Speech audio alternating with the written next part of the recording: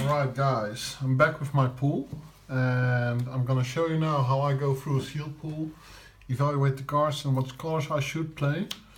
So first thing I do is I just make a few different stacks. That's the multicolored pile and the colorless pile, and then for each color just make this stack.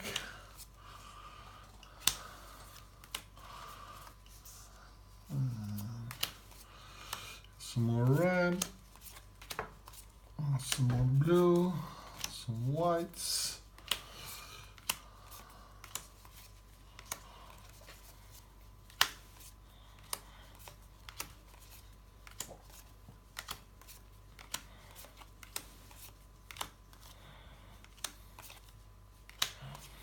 And then let's just go through each color together and just discuss what we have, what makes it good, what makes it not so good, both aspects of each color.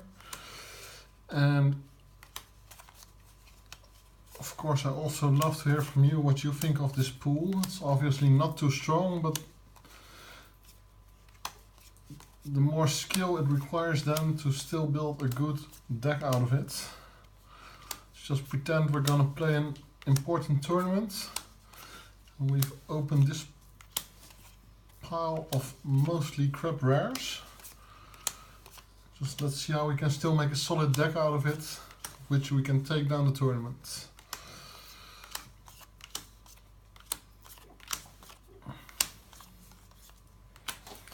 Okay, so what jumps out to me when I'm sorting this pool is the same as when we're opening the boosters just a while ago. It's that green is the largest pile, but also contains the most individual card quality. So just to show you, if we sort the creatures out, I always start by doing this to see if I can make a good creature curve, because I think that's very important to have a successful deck. So let's sort it by mana color then, or mana costs. And you can already see that we've got a pretty nice curve in the creatures. So to me that's really attractive when looking to play this color. And also we've got some very nice finishers. So when we look through the curve right now, we've got the Frilled Sandwalla and the Awashra Cultivator on 1, the Exemplar of Strength, Hope Tender and Ronas the Stalwart on 2, Harrier Naga, Devotee of Strength on 3, Oasis Ritualist on 4. So that's not too deep. We still need some 4 drops from another color if we're going to play green. And then the 5 drops, we've got these two guys, which I think this is the better one in the vacuum. This can be very good if you play deserts. And this one is also generally pretty okay, I think. But I like these two the most. I just like the trampling. And I like the hexproof for cartouche insaneness. And it also protects him pretty well with fight cards. And here we've even got another Awashra Cultivator. So I would say this pool, this green is pretty good, having both Ambuscade and the Cartouche of Strength and a hexproof creature to put them on, to use them with. We've also got a desert. And I like this card too. This one's pretty okay. It's got cycling for if the opponent doesn't have any artifacts. I would say that the creatures are really good, really live up to a good deck. But then we need some good removal to back that up with. And naturally we would go to one of these 3 colors to look for that. I have already seen black, and it didn't jump out to me in this pool as a very removal heavy color. You can even see that we have 0 removal. So to me, removal in black is something very essential that we need in order to be building with black. So sorry black, you're not gonna make the cut this time, as far as I'm concerned. Now blue, it's got an unsummon, And it has some other cards which we might play, like the Reed Stalker on 4, where we still needed some creatures. But still, I just think the quality, it's just not cutting it, it's not getting there. So we haven't got any cards to make the Swarm Intelligence very good in blue, so sorry blue. Let's put you aside for now. Then red. I'd say we've got some decent removal and some decent creatures. Not too much creatures though. It's not that much.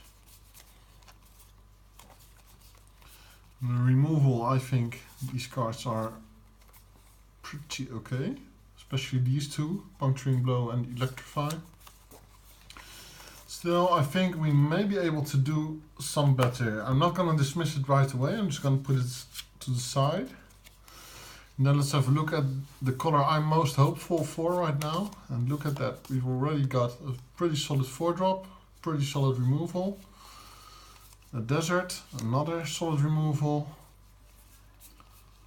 And another very solid 4-drop. So, if I'm looking at this, for me it would be a pretty quick decision to say that I'm going to make my first building attempt with green and white. So let's try that. Let's see where we go. We can walk through this as well. Well, I don't see, maybe we can play the Evolving Wilds. That's not too much of a strain on our deck. We're not really hurting for 2-drops because green has plenty, and we've got a few good ones in white as well. This is just some protection for your creatures against removal. We may end up playing it. Being 2 colors, we can take some colorless lands, and we've even got a dual land that we can play. So to me, green-white looks like a solid color combination. Let's take out the rest. The first thing we're gonna do is build the creature curve. We need to build a solid creature curve. So to me, really love this card. Also love this one. This one, not so much. Depends on the amount of deserts we're going to play. I'm gonna put that aside for now. This one I really like. This one too. Really like my Sandblasts. We're gonna definitely play those. This one doesn't do so much if you're white and green. So let's put that aside for now. Deserts, pretty good. I think we're gonna play those. Aven, I like it. It gives you some evasion later in the game, gains you some life. It's pretty nice. Another camel. Gideon's Defeat. If we play against an opponent who is white, this will come in immediately. And this one, it has cycling, but I would rather see that my opponent plays something relevant in one of the games before I'm going to board it in. This one we are going to board in, especially considering that we've got a green hexproof creature in on the 6-drop in green, which will be absolutely bonkers if we can stick this under it. We'll have a, what is it? 7/8 first strike behemoth. Yeah, a 7/8 first strike behemoth. Well, that sounds pretty attractive. So let's move on then to green. I'm not really a fan of the Frilled Sandwaller. Maybe you can let me know in the comments if you guys are. But I'm not really the biggest fan. This one we're not gonna need because we're 2 colors. I think it's just not worth playing a 0/3. We're gonna be wanting to deliver some beats to the opponent. We've really got the cards for it, and we play only 2 colors, so we can have a very consistent game plan. So I really want the beaters in there. So this one, I like this one. This one is a maybe for me. It's a maybe because it can help accelerate our mana into our bigger threats, which we also have in green. But then again, it's like it's not really the most efficient attacker. So let's just put it on the side for now. Naga Harrier is really a filler card for me, but we need it. It's a 3/3 for 3 mana, which is just what green does. This one I am excited about, especially later in the game. This one, I don't know. It's a bit of the same as the Hope Tender. It's not the most exciting drop to have, I think. And we don't play more than 2 colors, so we don't really need the color fix. So I'm gonna put that aside for now as well. It's not really what I want to do there. And then here, the Bitterbow Sharpshooters, the Quarry Beetle, and then we've got some really nice things. The Shifted Monitor, the Skilled Behemoth, and the Rampaging Hippo, and I really like those. So it's like we've got 1, 2, 3, 4, 5, 6, 7, 8, 9, 10, 11, 12, 13, 14 creatures, which I think is the bare minimum for these kind of decks. And then we've also got some pretty nice removals. In this is a maybe as well, in a double Sandblast, an Ambuscade, and a Cartouche of Strength. So 14 creatures, 15, 16, 17, 18, 19, which leaves us about room for 4 more cards. And I think we should add in 2 more creatures. So for me, it would then be this one here, this one there. The reason is it can help us get to the real power in our pool, which is definitely here. So then we may also add this one in. And maybe this is the entire rest of our green-white. I think our deck would like a camel here for the creature curve. So then looking at this, it looks to me like a pretty solid deck. And concerning the mana base, I think we can play quite some deserts. So I would add in all these deserts. I would add in our cycling land, also an Endless Sands, and an Evolving Wilds. So this is 23 cards in this part. 1, 2, 3, 4, 5, 6, 7, 8, 9, 10, 11, 12, 13, 14, 15, 16, 17, 19, 20, 21, 22, 23. So we're going to play 17 lands, which is fine by me for these kind of decks. Also, we have some cycling on the more expensive cards, the Sheffield Monitor and the Hippo, in case we have some trouble getting there. So that leaves us room 17 minus 6 for 11 lands to add in. If I look at this, we've got 1, 2, 3, 4, 5, 6, 7, 8, 9 white cards. And we've got 1, 2, 3, 4, 5, 6, 7, 8, 9, 10, 11, 12, 13, 14 green cards, which means we're heavier on green. There's really a lot of single color costs early in the deck, and then a few double green costs at the back of the deck.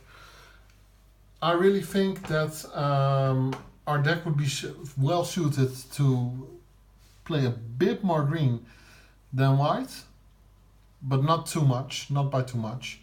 So if we need to add in 11 more lands, considering that we've already got 2 white deserts, I would say we are going to add in 6 forests and 5 plains, and that would be our deck to play.